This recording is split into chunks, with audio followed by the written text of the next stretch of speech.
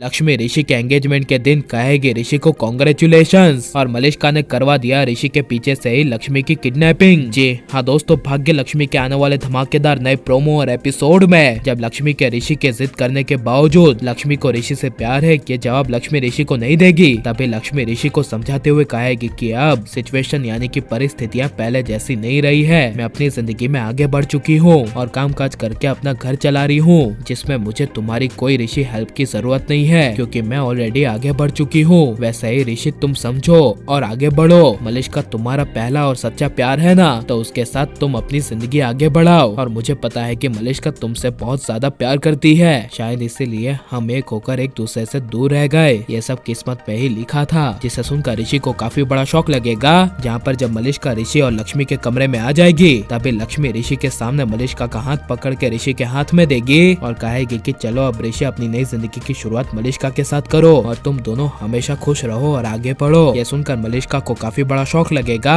और लक्ष्मी ऋषि और मलिष्का को जल्द से जल्द एंगेजमेंट करने के लिए कहेगी और ऋषि लक्ष्मी के सामने एक डिमांड यानी कि एक वादा करवाएगा और कहेगा कि लक्ष्मी अब तुम्हें बस एक ही काम करना होगा। जब तक मेरी पूरी एंगेजमेंट और शादी मलिष्का के साथ नहीं हो जाती तब तक तुम्हें इस घर में रहकर मैं खुशी खुशी तुम्हें देखकर मलिष्का के साथ शादी कर सकूं। इसके लिए तुम्हें एंगेजमेंट और पूरी शादी की तैयारियां मेरी करनी होगी, तभी मैं मलिष्का के साथ शादी करूंगा। क्या तुम्हें मंजूर है लक्ष्मी? तभी यह सुनकर लक्ष्मी कुछ बोल नहीं पाएगी और सोच में डूब जाएगी और मलिष्का लक्ष्मी को कहेगी बोलो ना क्या हुआ लक्ष्मी? ऋषि की एक आखिरी ख्वाहिश है तुमसे, तो मैं भी इसमें हाँ कह देती हूँ। अब तुम बताओ लक्ष्मी, तुम्हारा क्या जवाब है? तभी यह सुनकर लक्ष्मी कहेगी हाँ ऋषि, मैं यहीं पर इस घर में रहकर तुम्हारी खुशियों के लिए एंगेजमेंट से लेकर शादी की सारी तैयारियां करूंगी। यह सुनकर ऋषि मन में रोते हुए लक्ष्मी को देखकर खुश हो जाएगा। जहाँ पर जब लक्ष्मी ऋषि मलिष्का के एंगेजमेंट के दिन सारी ऋषि की तैयारियां करेगी तभी ऋषि लक्ष्मी के आसपास घूम रहा होगा और मलिष्का को इग्नोर करेगा, जिसे देखकर मलिष्का को काफी ज्यादा गुस्सा आएगा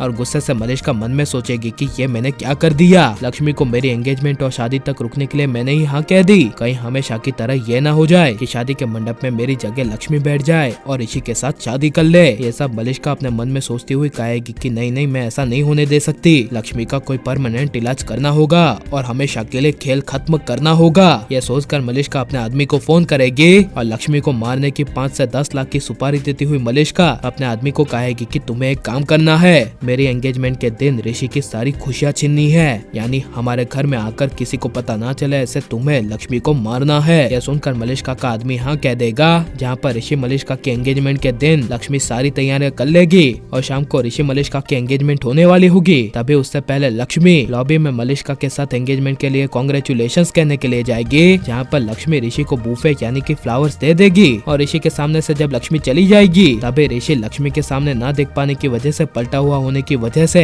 मलिष्का का आदमी सही मौका देखकर लक्ष्मी का मुंह बंद कर देगा और ऋषि के पीछे से लक्ष्मी को मारने के लिए ले जाएगा, जिसे और कोई नहीं बल्कि मलिष्का देख लेगी और काफी ज्यादा खुश हो जाएगी और गुस्से से मलिष्का कहेगी कि अब लक्ष्मी तुम्हारा खेल हमेशा के लिए खत्म।